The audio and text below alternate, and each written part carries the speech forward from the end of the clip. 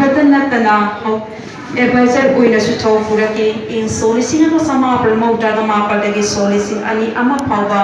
National Identity Protection Committee ni ko gi vice president na thau puraki all Manipur tamisimi apung benupi luki present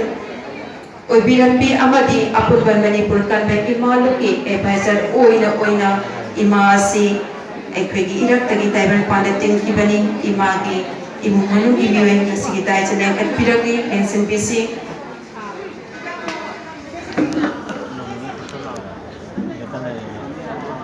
matanda lagi trabi imasingi malunda mapugi lay koletin kabi ikai kulesbi imai bema sibamo molema imagi imum manugi musibituna lekat piragan begida mutta tokasari lekat pirasi miyamna ima subon mol sibamo molema imamu wal haina khangaba imasi in solisina sama palyang kai ga matre gi July gi tang kungani pada kongba khonoda sana samwari amasung nganbi tv masani ngol aina taibonda phawraki uripa polen lekaida yum palaba matungda polen lekaida leiba soibon samango moitega imba minaduna angang taruki mama oibiraki imani angang oringai da bone imasi mandragoron girls high school tanglaki kongboda mahi tamba luelba matungda wangke girls high school da class 8 phawba tangki yum palaba matungda leka ki maira pai biduk ta yauratuna isa tenbagi thabakta achoba thudam lopiraki bi imani in solisingam sama palmok draga humde da all Manipur tamisimi apambane pinloki member oratina on in solisingam sama palmarok daga humdoi dagi in solisingam sama palmok draga ni pal pabalu asi publicity secretary oiki solisingam sama palmok draga mapandagi solising ani ama pabalu asi finance secretary oiki tungda general secretary pampudana in solicing ani mari phawa thapak tawki all Manipur tamisimi apun benupi luki president oibirakibi imasi all Manipur tamisimi apun benupi luki president oina imasi ekoi prima puthado tuna apun pile koletan kini imani imagi imung manu nasiki daista lekat pili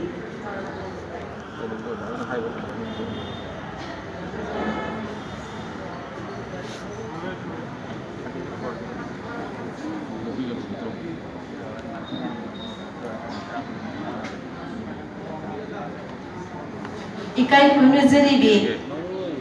ima nasi gidaista ekoi marakta nasi ikai kuna wa ima tara kani thuigi ikai kuna ubreki thoram sida daista lengkat pituna nasi chauki da phambiri bi ima sing ima gi phampham lang dagi lengkat pituna ikai kuna unna bagi tanjadu launana ba angatsari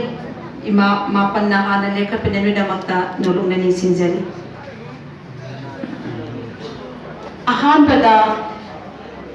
ikai kunezari bi ima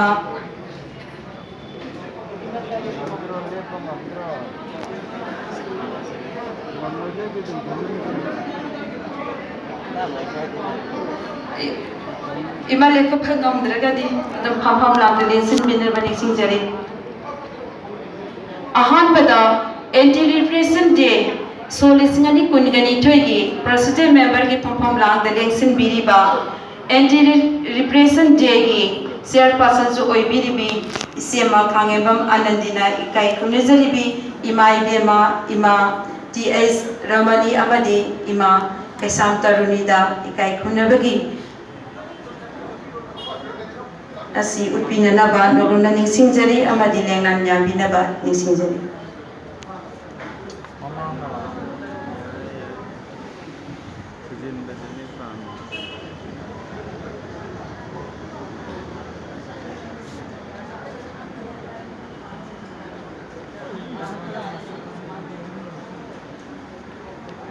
video lo lo da boda 시키더라. 많네.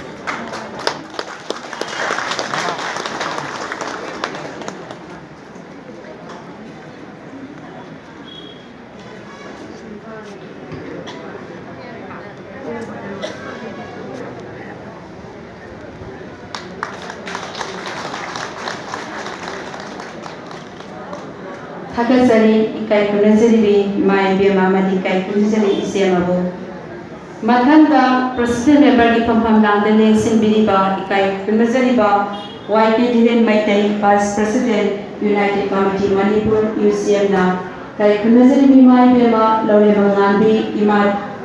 amadi kai kunazari mai bema mayante President Gaimada kai kunapi dapat nurunani singzari amadi mengan yabi nabani singzari.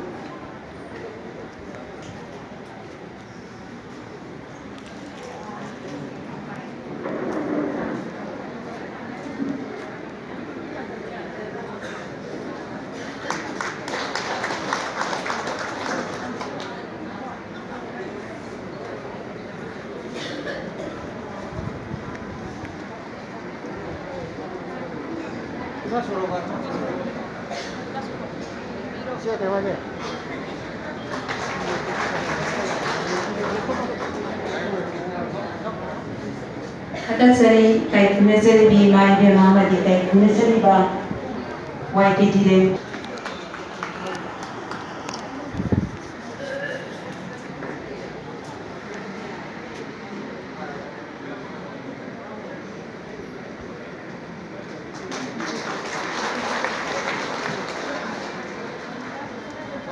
Thakasari kai kunazari bi mai bema madi kai kunazari bi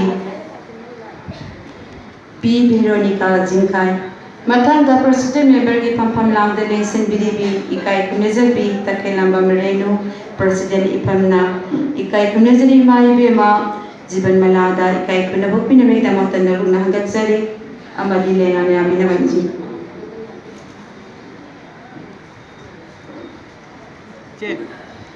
Che, sondalay ko asam.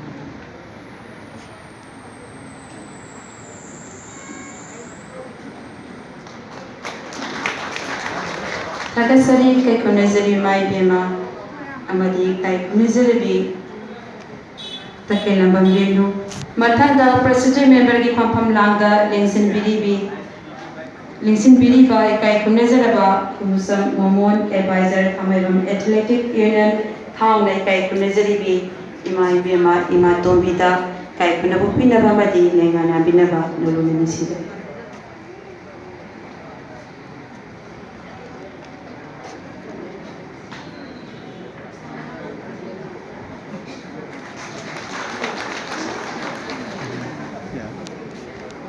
Kai kunazari mai bema ikai kunazari ba